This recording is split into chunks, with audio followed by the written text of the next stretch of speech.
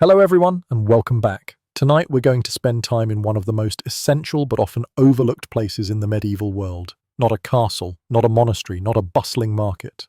Tonight we're visiting the mill, and we're going to understand what it meant to be a miller, to spend your life grinding grain into flour, one sack at a time, day after day, for years on end. Before we start, if you enjoy this kind of content, feel free to like and subscribe if you'd like. No pressure at all, and leave a comment telling me where you're listening from tonight. It's always nice to know who's joining us on these quiet explorations of history. Now settle in, get comfortable, maybe adjust your pillow, pull your blanket up a bit. Tonight we're going to move very slowly through the world of a medieval miller. We'll talk about the constant grinding of millstones, the endless flow of grain, the repetitive checking and adjusting, the suspicious peasants, the isolation, the noise, and the simple, monotonous rhythm of work that never really changed. This won't be exciting. Mills weren't exciting. They were necessary, functional, and utterly predictable. The same work day after day with the same results. But that's what we're here to explore. The reality of essential, repetitive labor. So let's ease into that world together and understand what it really meant to be a medieval miller. Let's begin by understanding the mill itself and where it stood in the medieval landscape. Most mills were water mills, using the power of flowing water to turn the millstones. This meant they had to be built on rivers or streams with sufficient flow. You couldn't just build a mill anywhere. You needed water, and that water needed to move with enough force to turn the machinery. The typical watermill was a substantial building, stone or timber construction, sturdy enough to house heavy equipment and withstand the vibrations of constant operation. It needed to be strong because the machinery inside was massive and always moving. The water wheel itself was the most visible feature, a large wooden wheel, perhaps 10 to 15 feet in diameter, mounted on the side or underneath the building. Water from the stream would flow onto or under the wheel, causing it to turn. This rotation would then power the millstones inside. The location was often slightly isolated. Mills needed to be on water, but they also needed to be accessible to the villages and farms they served. This meant they were typically just outside settlements, near but not quite in the community. You'd walk or ride to the mill when you needed grain ground. This isolation was significant. The miller lived at or very near the mill, often with his family, but he wasn't fully part of village life in the way most people were. The mill was separate, a place apart. You'd visit it when necessary, but you wouldn't pass it daily unless you lived nearby. The mill building would have the grinding room on the main floor, where the millstones and machinery were located. Above might be storage for grain waiting to be ground. Below, at water level, would be the machinery connecting the water wheel to the grinding stones. Everything was designed around the central purpose, taking grain and grinding it into flour. The sound was constant. The water wheel turned continuously during operating hours, which meant constant creaking, splashing, the rumble of wooden machinery. The millstones themselves made a grinding sound that never stopped while the mill was working. This noise became the permanent backdrop of the miller's life. The smell was distinct too. Grain dust hung in the air constantly. Once you'd been grinding for hours, the dust would coat everything, surfaces, clothing, skin. It got in your nose and throat. You'd breathe it, taste it, feel it. This was simply part of working in a mill. The mill belonged to someone, usually the local lord, sometimes the church, occasionally a wealthy individual. The miller didn't typically own the mill. He operated it, either as a tenant paying rent or as an employee receiving wages. The ownership structure meant the miller was always working for someone else's benefit, even though he controlled the daily operations. This meant certain obligations. The lord or owner would expect the mill to operate efficiently, to generate income, to serve the community. The miller had to balance these expectations with the practical realities of medieval machinery and the demands of customers. The mill's monopoly was often enforced. In many areas, peasants were required to use the lord's mill. They couldn't grind grain at home or elsewhere. This forced monopoly guaranteed customers for the mill, but also created resentment. People don't like being forced to use a service, even when that service is necessary. So the mill stood by its stream, water wheel turning, always ready to grind, always making noise, always producing the flour that communities needed to survive. And inside this mill worked the miller, managing the machinery, controlling the process, living a life defined by the endless grinding of grain. At the heart of the mill were the millstones. These were the actual grinding surfaces that transformed grain into flour, and understanding them is essential to understanding the work. Millstones were large, heavy, circular stones. The bottom stone, called the bedstone, was fixed in place. The top stone, called the runner stone, rotated above it, driven by the water wheel's power. Grain would be fed between these stones, and the rotation would grind it into flour. Each stone was typically 3 to 5 feet in diameter and several inches thick. Made from hard stone, often quartzite or granite, they were incredibly heavy. A single millstone might weigh hundreds of pounds. Moving or adjusting them required significant effort and proper equipment. The grinding surfaces weren't smooth. They were carved with patterns of grooves called furrows. These furrows were crucial. They helped move the grain outward from the center as it was ground, ensuring even milling and allowing the flour to escape from between the stones. Without proper furrows, the grain would just spin in place without grinding effectively. These furrows wore down over time. Constant grinding would slowly smooth them out, making the stones less efficient. This meant the stones needed regular dressing. The furrows had to be recut to maintain proper depth and sharpness. This was skilled, tedious work that the miller had to do periodically. Dressing the stones required stopping the mill, lifting or tilting the runner stone, and using special hammers and chisels to recut the furrow patterns. This might take several hours or even a full day, depending on the stone's condition. It was necessary maintenance, but it meant lost grinding time and therefore lost income.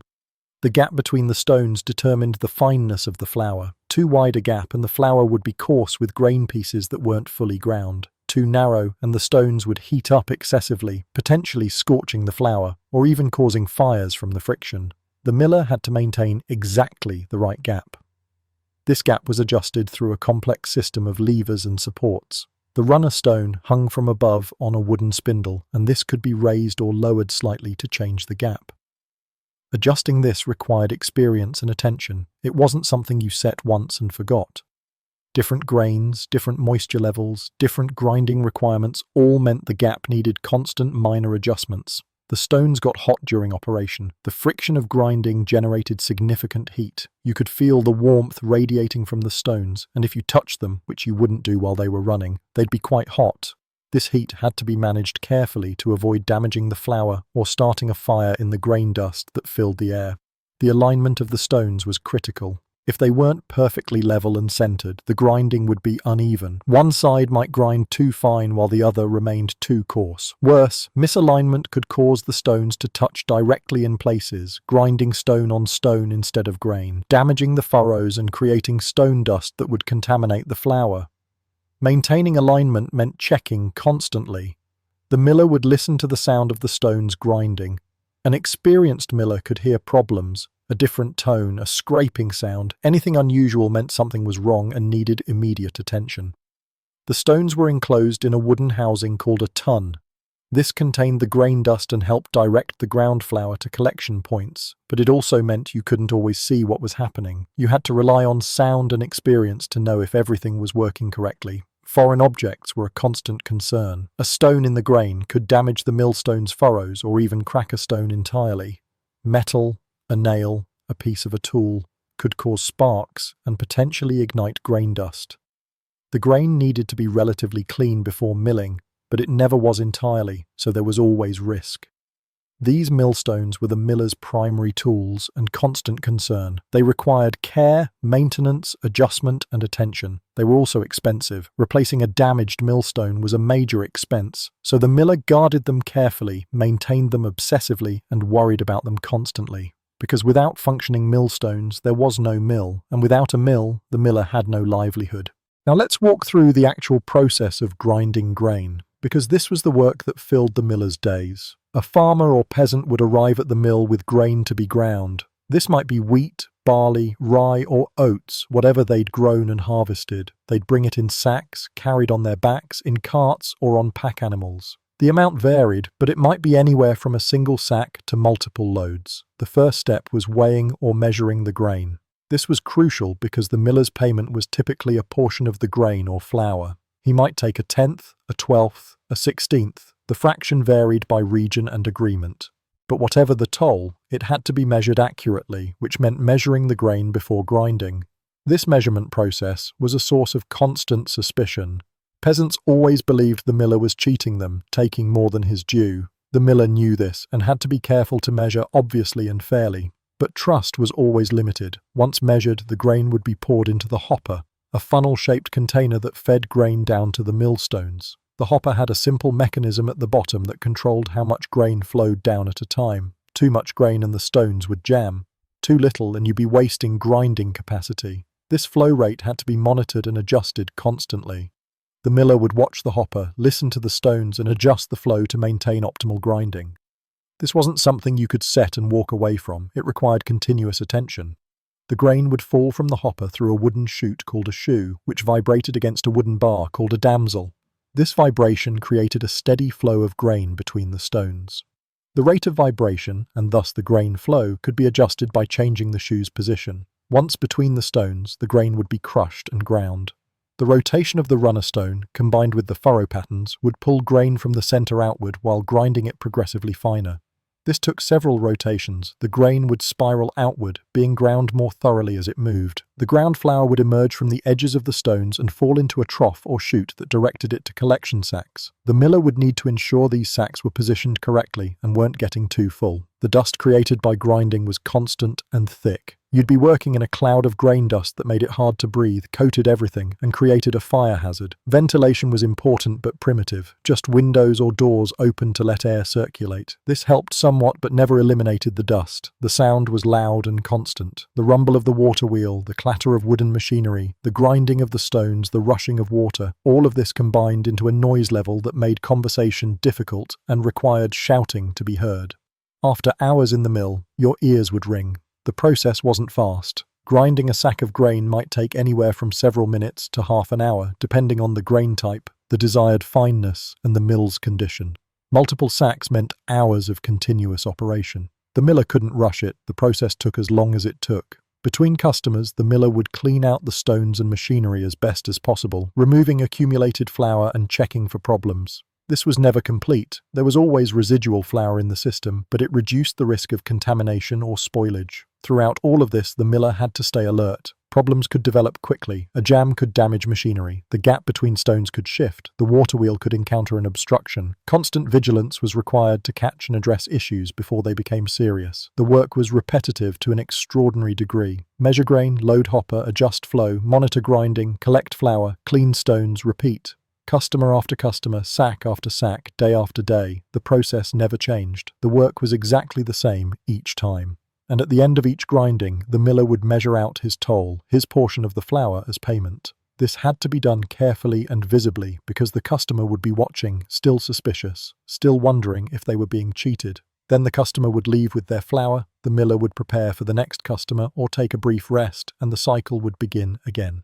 The water wheel was the heart of the mill's power system, and managing it was a constant responsibility. The wheel needed sufficient water flow to turn consistently. Too little water and it would turn sluggishly or stop entirely. Too much could damage the wheel or flood the machinery. The miller had to work with whatever the stream provided, which varied by season and weather. In spring, snowmelt and rains would provide abundant water. The stream would run high and fast, and the water wheel would turn powerfully. This was good grinding weather, plenty of power available, efficient operation. In summer, if the weather was dry, the stream might drop significantly. The water wheel would turn more slowly, grinding took longer, and the mill's capacity would be reduced. The miller couldn't do anything about this except adjust his operations to the available power. In winter, ice was the main concern. The stream might freeze partially or completely. Ice could jam the water wheel or damage the wooden structure. The miller would need to break ice, clear obstacles, and sometimes accept that the mill simply couldn't operate until conditions improved. The water wheel itself required maintenance. Wooden components would rot, especially those constantly exposed to water. Fasteners would rust. The entire structure would need periodic inspection and repair. The wheel was typically divided into sections called buckets or paddles, depending on the design. Water would fall onto these sections, and the weight or force of the water would cause the wheel to turn. Over time, these sections would deteriorate and need replacement. Replacing sections of a water wheel was difficult work. The wheel had to be stopped, the damaged section removed, and a new one installed, all while working at or near water level. This required carpentry skills, appropriate materials, and significant effort. It was work the miller might do himself or might hire specialists to handle. The power from the water wheel was transmitted to the millstones through a series of wooden gears and shafts. This machinery was called the mill gear. It was complex, carefully constructed, and essential to operation. The main shaft from the water wheel would turn a large gear called the pit wheel. This would engage with a smaller gear called the stone nut, which was connected to the spindle that turned the runner stone. The gear ratios were designed to increase the rotation speed from the slow-turning water wheel to the faster-rotating millstone. These gears were made of wood, often with apple or hornbeam used for teeth, because these woods were hard and wore slowly. But they did wear out and needed periodic replacement. Worn gear teeth would slip, causing inefficient power transmission and irregular grinding. Lubrication was necessary to reduce friction in the machinery. This might be animal fat, vegetable oil, or whatever was available. The miller would need to apply lubrication regularly to bearings, gears, and shafts. This was just another maintenance task in the endless list of things that needed attention. The entire system had to be balanced. If too much power was going to the stones, they might jam or overheat. If too little, grinding would be slow and inefficient. The miller adjusted this through various means, controlling water flow to the wheel, adjusting the gap between stones, managing the amount of grain being ground. Noise from the machinery was distinctive. Each component made its own sound, gears clacking, shafts rumbling in their bearings, the waterwheel splashing. An experienced miller knew what healthy machinery sounded like. Any change in sound might indicate a developing problem. Breakdowns happened, a gear tooth would break, a shaft bearing would fail, something would jam. When machinery broke, the mill stopped operating and repairs had to be made immediately. The miller couldn't afford long downtime. Customers needed flour and he needed the income. Some repairs could be done by the miller himself if he had the necessary skills and materials. Others required specialists, a carpenter, a blacksmith, someone with particular expertise. This cost money and time, both of which were always limited. The waterwheel turned continuously during operating hours because stopping and starting it wasn't practical. This meant the machinery was always in motion, always under stress, always wearing. The constant operation was necessary for efficiency, but also guaranteed eventual failure of components. And so the miller lived with this machinery, tended it, listened to it, adjusted it, repaired it, and worried about it, because his entire livelihood depended on it continuing to work. Without water power, there was no grinding, and without grinding, there was no mill. Let's walk through a typical day in the life of a medieval miller, understanding how the hours were filled. The miller would wake early, probably with dawn or before. The mill needed to operate during daylight hours when customers were active and when visibility was sufficient for safe work. Starting early meant maximizing productive time. The first task was checking the mill. Before starting operations, the miller would inspect everything, walk around the water wheel, check for obvious damage or obstructions, enter the mill building, check the gears and machinery, examine the millstones. This inspection became routine but was never skipped because catching problems early prevented disasters. If everything looked satisfactory, the miller would prepare for the day's grinding. This might involve cleaning from yesterday, organizing storage spaces, making sure collection sacks were available, checking that grain measures were clean and ready. Then customers would begin arriving. Some might have arranged specific times, others would just show up hoping the miller was available. The morning hours were typically busy. People wanted their grain ground so they could proceed with other tasks. Each customer required the full grinding process. Measure grain, load hopper, adjust machinery, monitor grinding, collect flour, measure toll, clean stones between customers. If multiple customers arrived simultaneously, they'd have to wait. The mill could only process grain at a certain rate. Waiting customers were both good and bad. Good because it meant business. Bad because impatient customers were suspicious customers, watching everything the miller did, ready to accuse him of cheating if they saw anything questionable. The miller would work steadily through the morning, processing grain, talking minimally because the noise made conversation difficult and because he needed to concentrate on the work. Grinding required attention. You couldn't just set it going and ignore it. Midday might bring a break. The miller would eat something, probably bread, possibly cheese or other simple food, but the break was brief because the mill only earned money when it was operating. Lost time was lost income. The afternoon would bring more of the same. More customers, more grinding, more monitoring. The work was monotonous but couldn't be treated casually. Every customer expected their flour ground properly, and the miller's reputation depended on consistent quality. As the day progressed, fatigue would set in. Hours of standing, watching, adjusting, breathing dust, hearing noise. It was physically and mentally draining, despite not being what we'd usually consider hard physical labor. Late afternoon might bring maintenance tasks. Perhaps the millstones needed adjustment. Perhaps a piece of machinery needed lubrication. Perhaps there was cleaning to do. The miller used any free time for these essential activities. As daylight began fading, operations would wind down, finishing current customers but not accepting new ones because grinding in darkness was dangerous and impractical. The miller would do end-of-day cleanup, secure the mill, and prepare for tomorrow. Evening was for rest, for family if he had one, for dealing with any personal business. But even in evening, the miller's mind was on the mill. Did something sound wrong today? Did that gear seem like it might be wearing out? Is the water level in the stream changing? The mill was never far from thought. This daily routine varied little. Some days were busier than others. Some days required more maintenance. But the basic pattern was the same. Open the mill, inspect it, grind grain for customers, maintain machinery, close the mill, rest, repeat.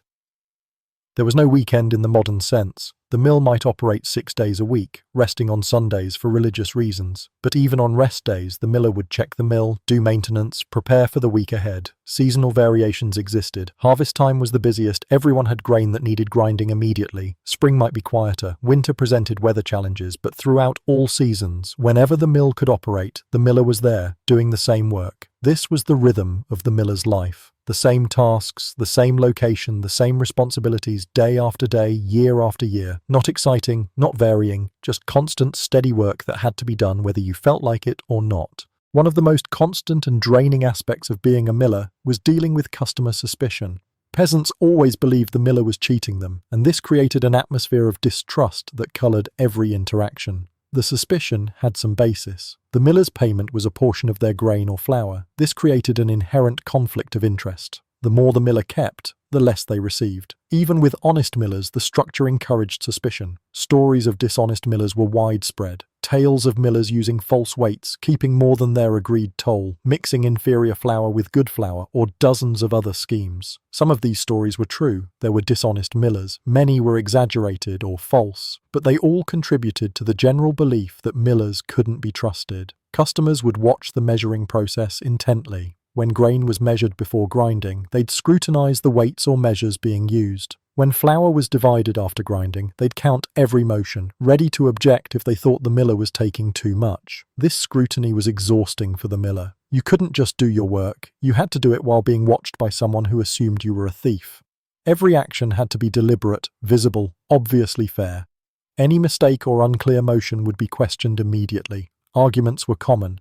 A customer would insist the miller took too much. The miller would defend the agreed toll. Voices would rise. Sometimes these disputes would be resolved. Sometimes customers would leave angry, believing they'd been cheated, spreading more tales about the dishonest miller. The miller couldn't simply refuse service to difficult customers. If the mill held a monopoly, customers had to use it. If it didn't, refusing service meant losing business to competing mills. So the miller had to endure suspicion, accusations, and hostility as part of the job. Some millers tried to build trust through consistent honesty, always measuring fairly, being transparent in their practices, explaining what they were doing. This might earn some goodwill with regular customers. But it never entirely eliminated suspicion because the belief that millers were cheats was too deeply embedded in peasant culture. The miller's children, if he had them, would grow up with this stigma. They'd hear their father called a cheat. They'd learn that people didn't trust their family. This could be emotionally difficult, creating a sense of being outsiders even within their own community. The isolation of the mill contributed to this.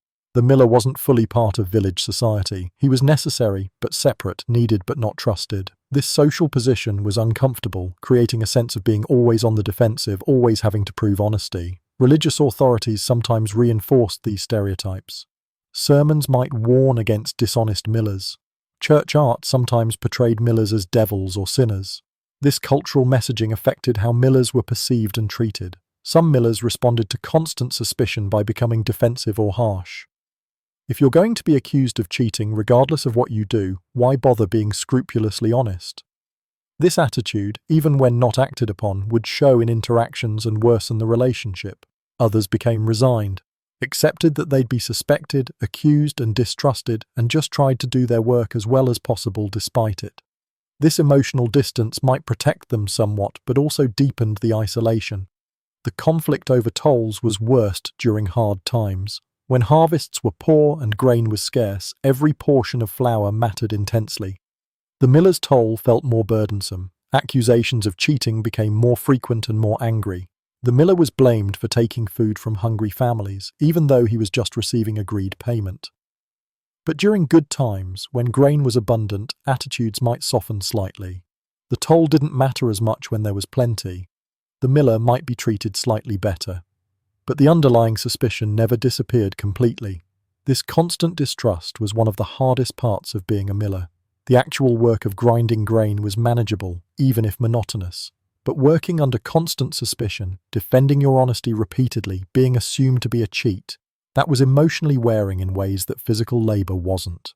And there was no escape from it. As long as you were a miller, this was your reality.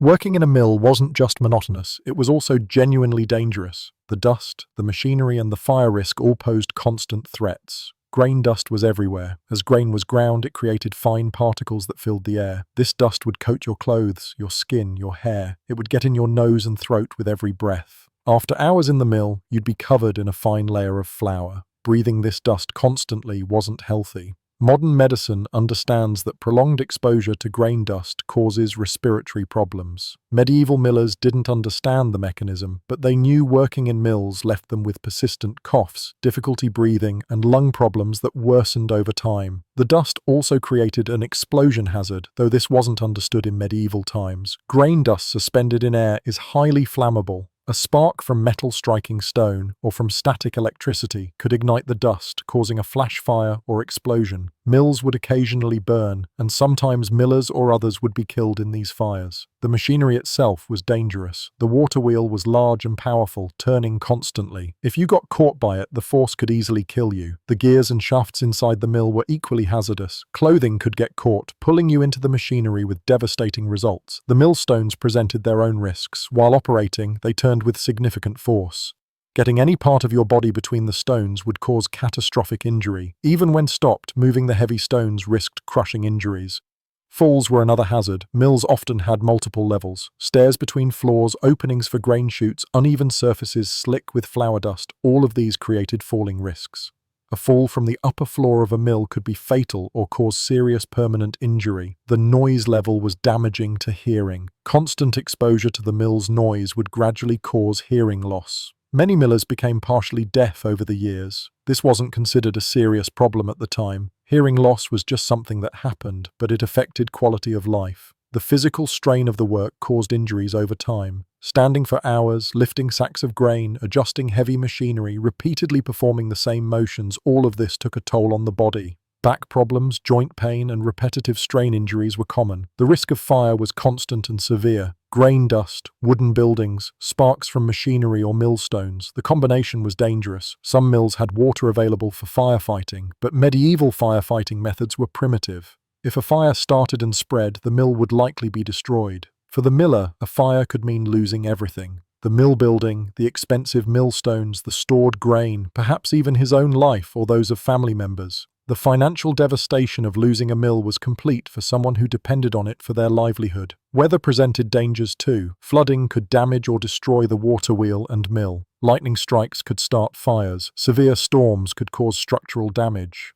The miller had to protect the mill as best as possible, but ultimately couldn't control natural forces. Theft was a concern as well. Grain stored in the mill was valuable. Flour was valuable. If the mill was isolated, it might be targeted by thieves. The miller might need to sleep in or very near the mill to guard it, especially when it held significant amounts of grain or flour. Violence was a risk. Angry customers, believing they'd been cheated, might become physically threatening. Disputes over tolls could escalate. The miller often worked alone, making him vulnerable if situations became dangerous. All of these dangers were simply accepted as part of the work. You couldn't be a miller without accepting risk. The dust would damage your lungs, nothing to be done about it. The machinery was dangerous, you just had to be careful. Fire might destroy everything, you hoped it wouldn't, and took what precautions you could.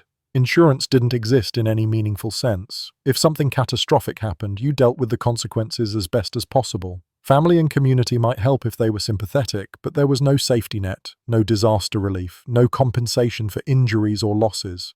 So the miller worked in this dangerous environment day after day, breathing dust, surrounded by hazardous machinery, aware that any moment could bring disaster, and having no real choice but to continue because this was how he made his living.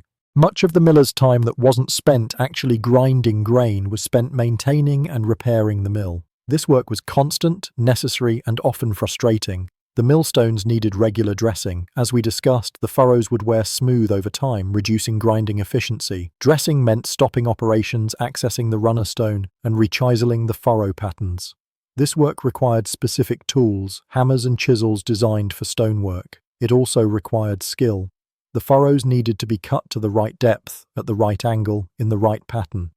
Poor dressing would make the stones less effective or even useless. The process was tedious. Each furrow had to be redone individually. For a stone with dozens of furrows in complex patterns, this meant hours of careful work. The miller would chip away at stone, checking depth and angle constantly, working methodically around the entire stone. Stone dust from dressing would add to the general dustiness of the mill. And unlike grain dust, stone dust was even worse for your lungs and created a different kind of coating on everything. Once dressed, the stones had to be reassembled and tested. The gap had to be reset correctly, the balance checked, test grinding done to ensure everything worked properly. Only then could normal operations resume. The water wheel required ongoing attention. Wooden components would rot where they were constantly wet.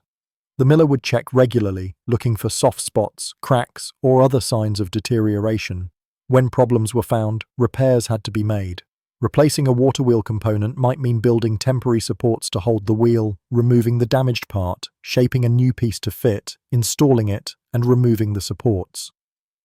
This work was done partially underwater, often in cold conditions, and required both skill and physical effort.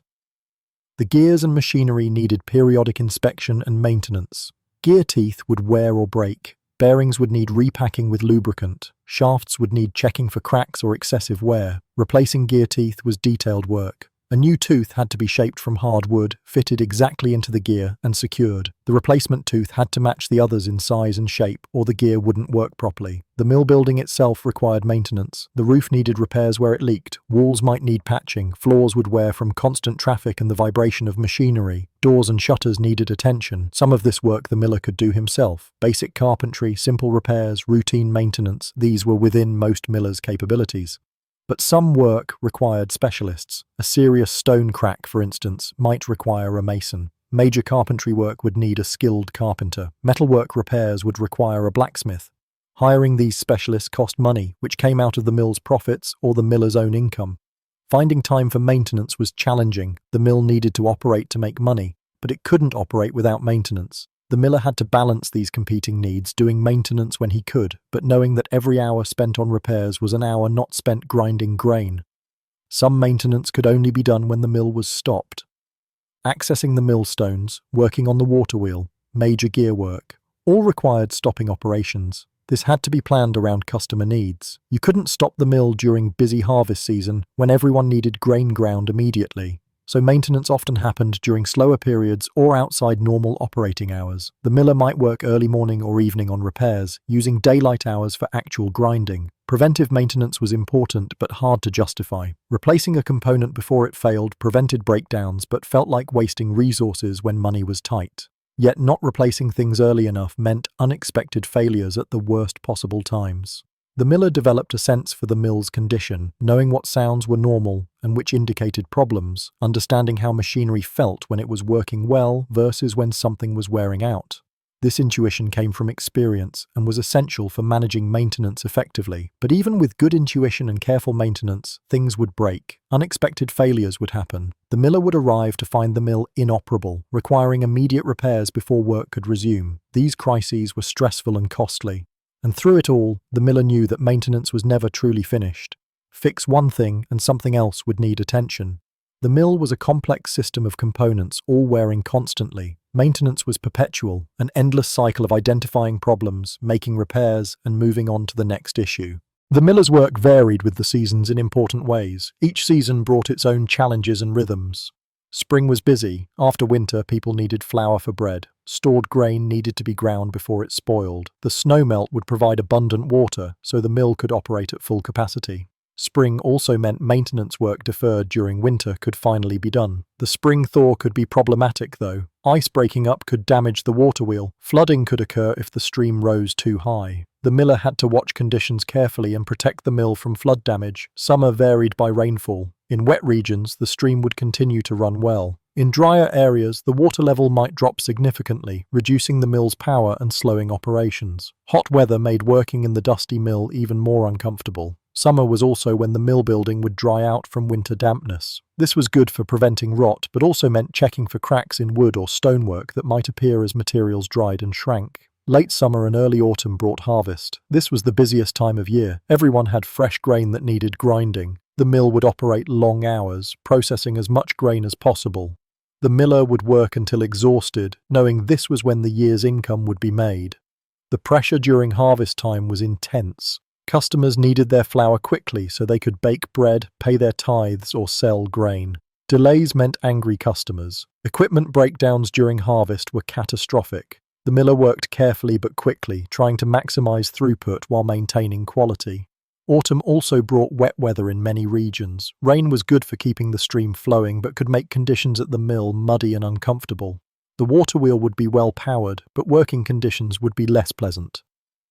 Late autumn meant preparing for winter, making whatever repairs would be needed to get through the cold months, ensuring the mill was as weather-tight as possible, checking that the waterwheel was in good condition because winter maintenance would be difficult or impossible. Winter brought its own challenges. The primary concern was ice. The stream might freeze partially or completely. Ice could jam the waterwheel or break wooden components. The miller might need to break ice daily just to keep the mill operating. If the stream froze completely, the mill couldn't operate at all. This meant no income during those periods. The miller might use the forced break for indoor maintenance, dressing millstones, repairing machinery, but he'd prefer to be grinding grain.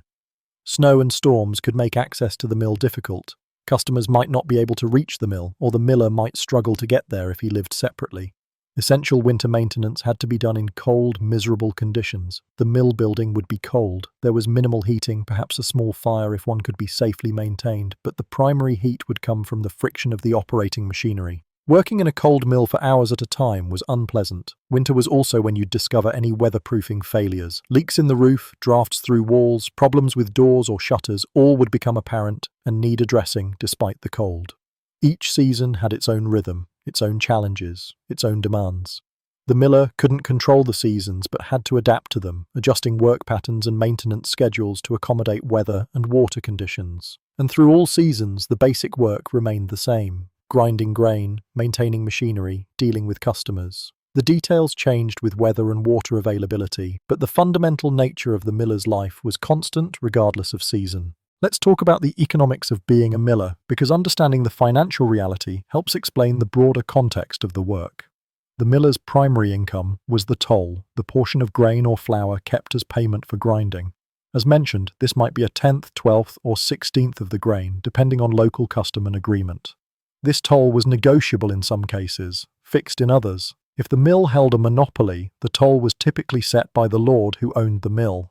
If there was competition, millers might compete on toll rates, charging less to attract customers. The toll system meant the miller's income varied with business volume. Busy harvest season brought good income. Slow winter months might bring barely enough to survive. Over a year, income had to average enough to live on, pay rent if the mill was leased, and cover maintenance costs. If the miller leased the mill from a lord or landowner, rent was a major expense. This might be a fixed annual amount or a percentage of income. Either way, it had to be paid regardless of how well the mill actually performed. The rent structure created pressure to maximize grinding volume. More grain processed meant more toll collected, which meant more income after rent. This pressure could tempt dishonest millers to cheat customers, which reinforced the stereotype that millers were thieves. Maintenance and repair costs came from the miller's income.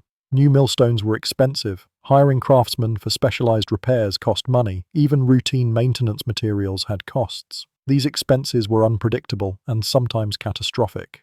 If a major component broke, a millstone cracked, the waterwheel collapsed, essential gears failed, the repair cost might exceed months of income. The miller might need to borrow money, go into debt, or accept help from the mill's owner. This created financial precarity. The miller couldn't raise prices arbitrarily.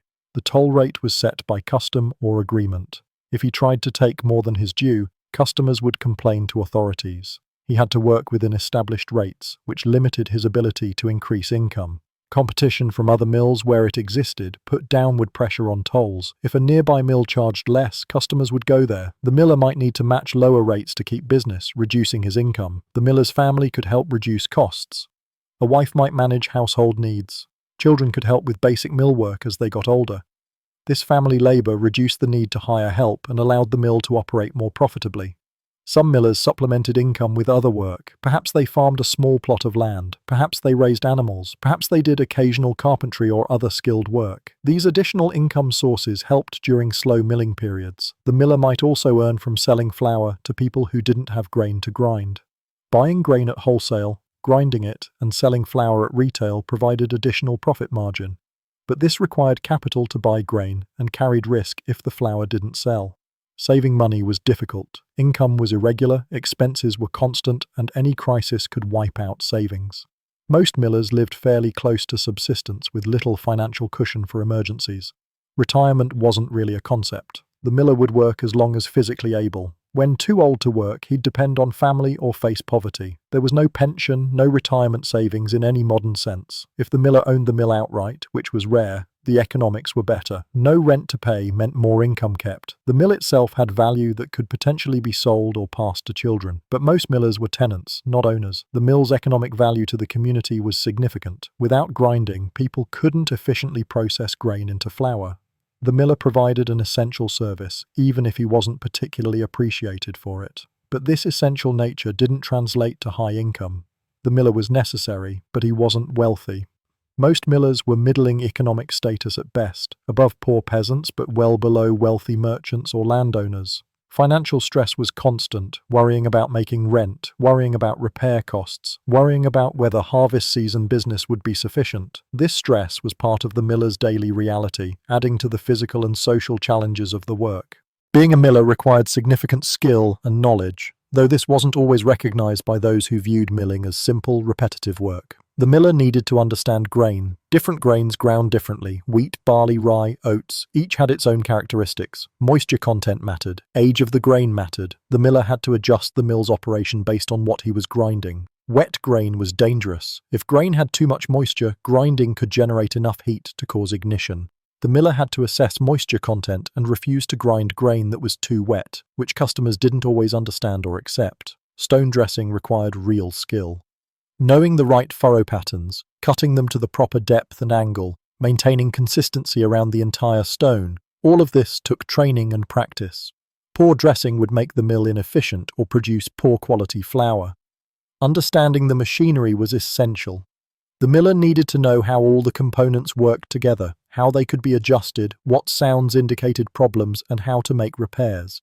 This mechanical knowledge was substantial and took years to fully develop. The miller had to judge the gap between millstones precisely. This varied by grain type, desired flour fineness, stone condition, and power available from the waterwheel. Getting it right was part science, part experience, part intuition. Water management required understanding. How much water flow was needed? How could you adjust the amount reaching the wheel? What to do when the stream was too high or too low? The miller became an expert in the specific hydrology of his mill's stream.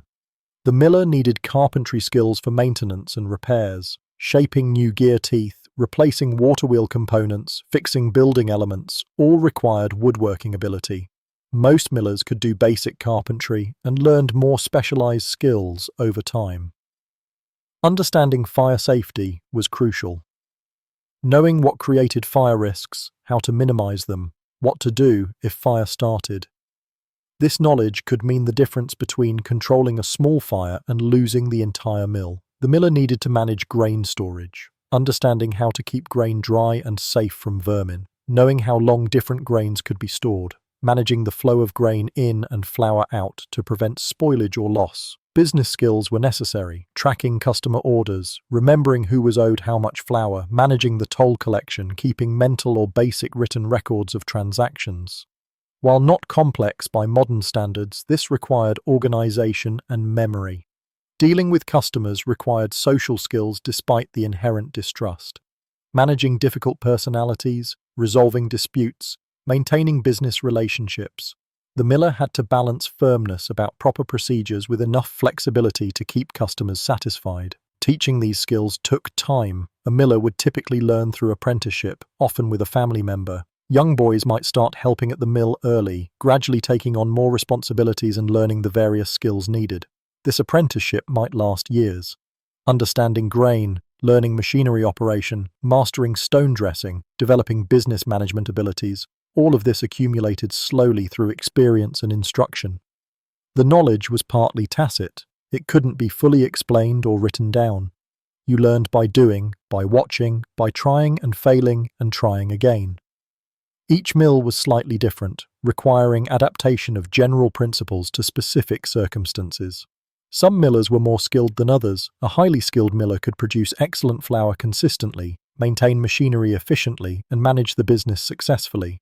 A less skilled miller might produce inconsistent results, face more breakdowns, and struggle financially. But even highly skilled millers couldn't make the work interesting. The skills made the work possible, even successful. They didn't make it less monotonous or less isolating. The miller could take pride in doing the work well, but it was still fundamentally repetitive, day after day, year after year. One of the defining characteristics of miller's life was isolation. Not complete isolation. There were customers, possibly family, but a fundamental separateness from normal community life. The mill's physical location contributed to this. Built on streams rather than in village centres, mills were typically at some distance from main settlements. The miller lived at or near the mill, which meant living away from other people. The work itself was solitary. Much of the miller's day was spent alone with the machinery. Even when customers were present, the noise made conversation difficult. The miller worked in his own company most of the time. Social status created isolation too. The miller wasn't quite a peasant, wasn't a craftsman in the usual sense, wasn't a merchant. He occupied an odd middle position, which made it harder to fit into normal social structures. The suspicion and distrust created emotional isolation.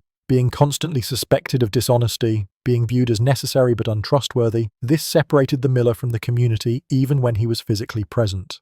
Religious isolation existed in some contexts. Millers were sometimes viewed with spiritual suspicion, associated in popular culture with the devil or with sin.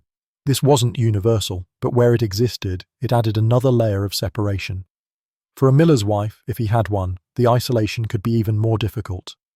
She lived at the mill, away from other women, away from normal village social networks.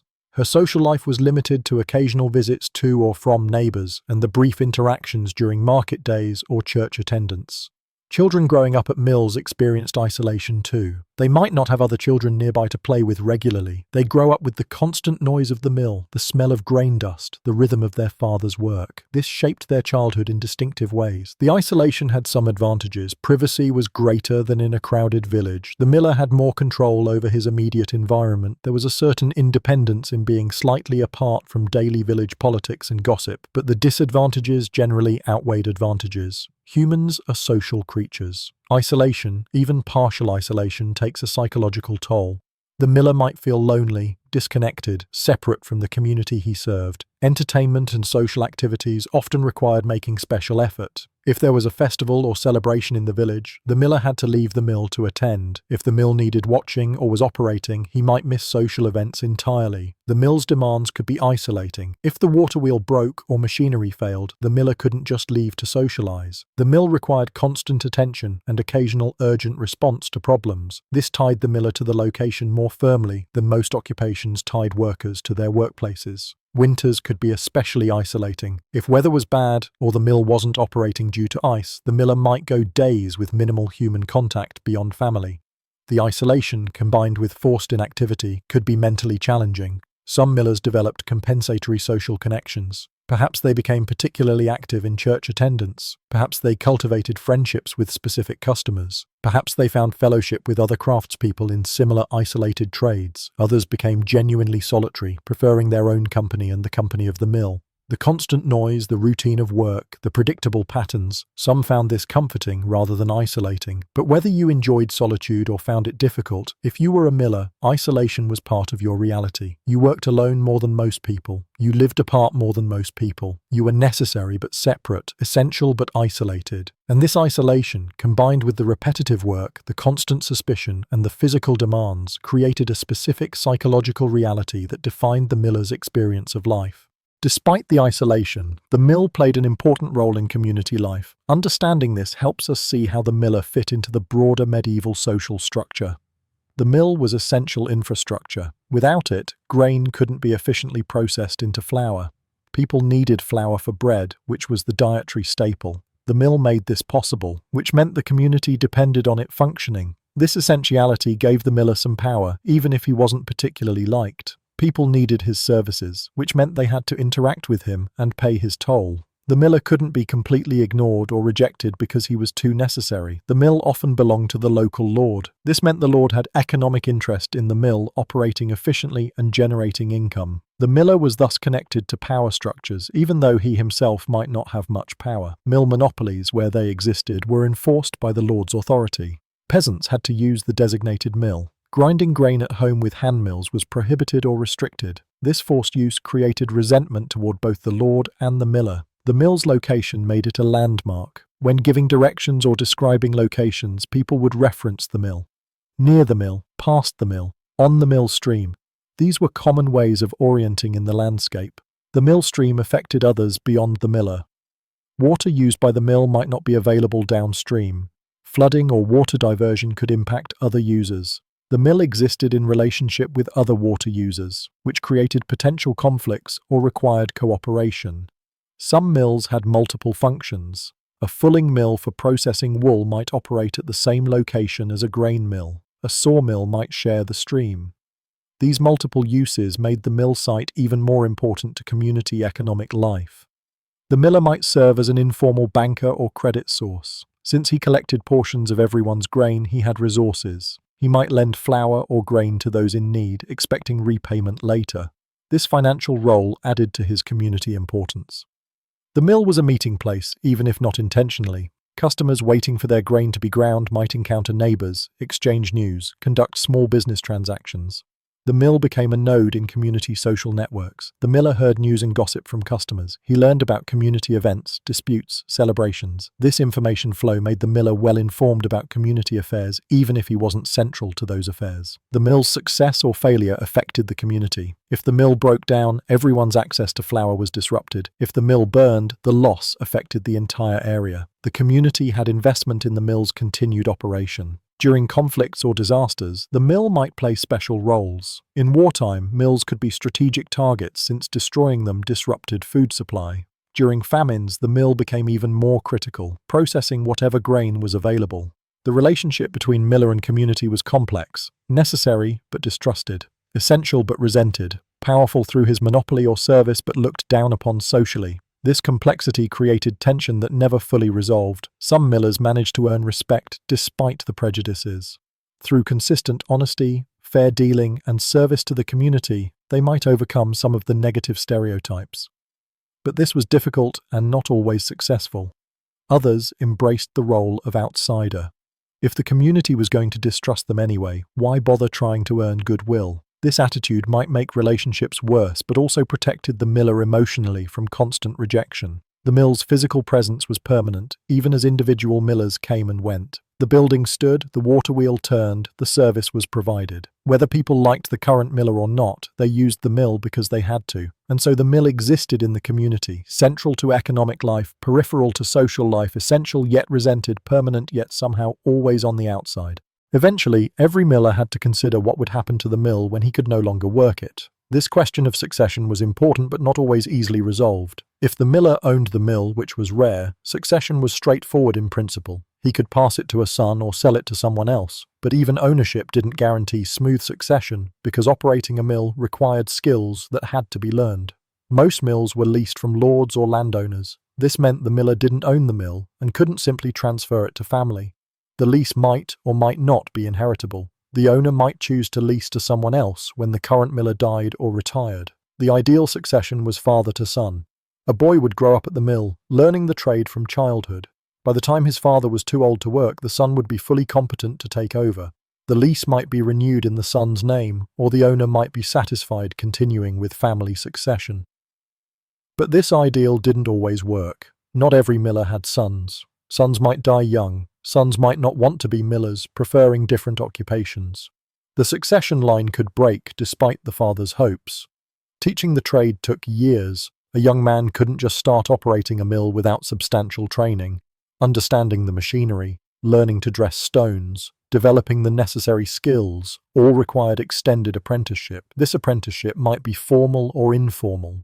A father teaching his son was informal. The boy simply helped with increasing responsibility as he matured. A young man apprenticed to an unrelated miller would have more formal arrangements, likely working for several years in exchange for training. During apprenticeship, the apprentice did much of the physical work while the master miller supervised and taught. This was beneficial for both. The master got labor assistance, the apprentice learned the trade, but it also meant the apprentice spent years doing grinding work before being fully qualified. An apprentice who completed his training might go work at another mill, perhaps taking over from an aging miller elsewhere. Or he might remain at his training mill, eventually taking it over. Or he might never become a head miller, remaining assistant to others throughout his working life. Female millers were rare, but not impossible. A miller's widow might continue operating the mill after her husband's death, especially if she'd worked alongside him and learned the trade. But this was uncommon and often seen as temporary until a male miller could be found. Daughters generally didn't inherit mills or learn the trade formally. They might help with certain tasks, but full operation was considered men's work. A miller's daughter would typically marry rather than expect to run the mill. If a miller had no successor within his family, the mill's owner would need to find someone else. This might be an experienced miller from elsewhere, or someone willing to learn, or occasionally the mill might sit unused until a suitable operator was found. The transition between millers was challenging for the community. A new miller might operate differently, charge different tolls, if that was negotiable, have different personality. Customers had to adjust to new management, which created uncertainty. The retiring or dying miller faced uncertainty too. If he'd operated the mill for decades but had no son to take over, what would happen to him in old age? Would the new miller allow him to stay in the mill's dwelling? Would family elsewhere take him in? Would he face poverty? These concerns created pressure to establish succession early. A miller wanted his son trained and ready, wanted arrangements confirmed with the mill's owner, wanted to know that his old age would be provided for. But circumstances didn't always allow tidy succession plans. Some millers worked until they literally couldn't anymore, continuing despite failing health, failing strength, failing senses. Stopping meant losing livelihood and possibly losing home, so they continued until forced to stop by incapacity or death. The mill itself was permanent. Individual millers came and went, but the mill continued operating. The waterwheel kept turning, the stones kept grinding, the grain kept being processed. The miller was necessary but ultimately replaceable. The mill was what truly mattered to the community and the owner.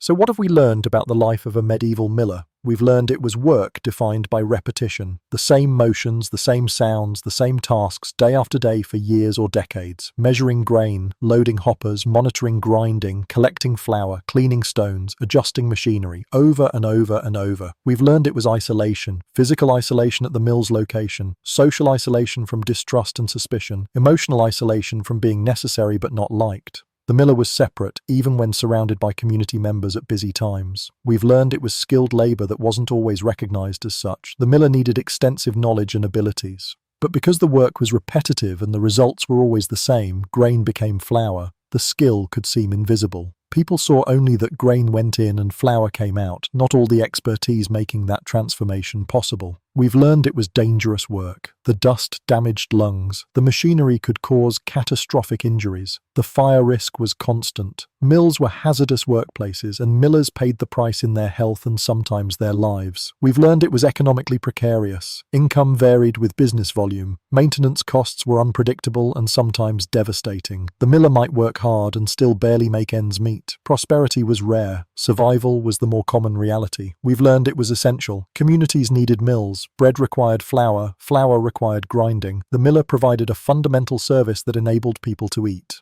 This essentiality gave the mill importance even if it didn't give the miller respect. The sound of grinding is what I keep coming back to, that constant rumble of stone on stone, hour after hour, day after day. If you stood at the mill, you'd hear it. If you lived at the mill, you'd never escape it. Even in sleep, that sound would be in the background of your consciousness. That sound represents something about the miller's life. Constant, unchanging, always the same. Not dramatic like the clash of swords or the roar of crowds. Just steady grinding, monotonous, reliable, present. The miller lived with that sound, woke to it, worked to it, went to sleep with it in the distance. It became the soundtrack of life. And in a way, it represents the nature of the work itself. Constant, grinding, unchanging. We've spent tonight understanding this life. Not exciting, not varied, not what anyone dreams of, but real. Lived by actual people who managed these mills, who ground this grain, who dealt with the suspicion and the isolation and the dust and the danger, who did essential work without much recognition or reward. These millers are mostly forgotten now. The mills themselves, many of them, have disappeared. But they were real. They stood by streams throughout medieval Europe. They processed the grain that became the bread that fed communities. They functioned because millers made them function. And the millers themselves, they got up each day and did the work. fed grain into hoppers, adjusted stones, collected flour, cleaned machinery, dealt with suspicious customers. They endured the dust and the noise and the isolation. They maintained the essential service that communities needed, not heroes, not villains despite the stereotypes, just workers doing necessary work, living lives defined by that work, lives that were monotonous but essential, lives that were isolated but connected to community through service, lives that were difficult but managed day after day. So rest tonight. Maybe the sound of grinding has lulled you towards sleep. Maybe understanding this repetitive work has been calming in its very monotony. Maybe you've gained appreciation for the complexity hidden in supposedly simple labor. The water wheel turns, the stones grind, the flour flows, day after day, year after year. The miller's life lived in service of that endless, necessary grinding work. Good night, everyone. Sleep well. And perhaps tomorrow, when you think of bread or flour, you'll remember for a moment the medieval miller who made such things possible. One sack of grain at a time, one day at a time, one grinding at a time.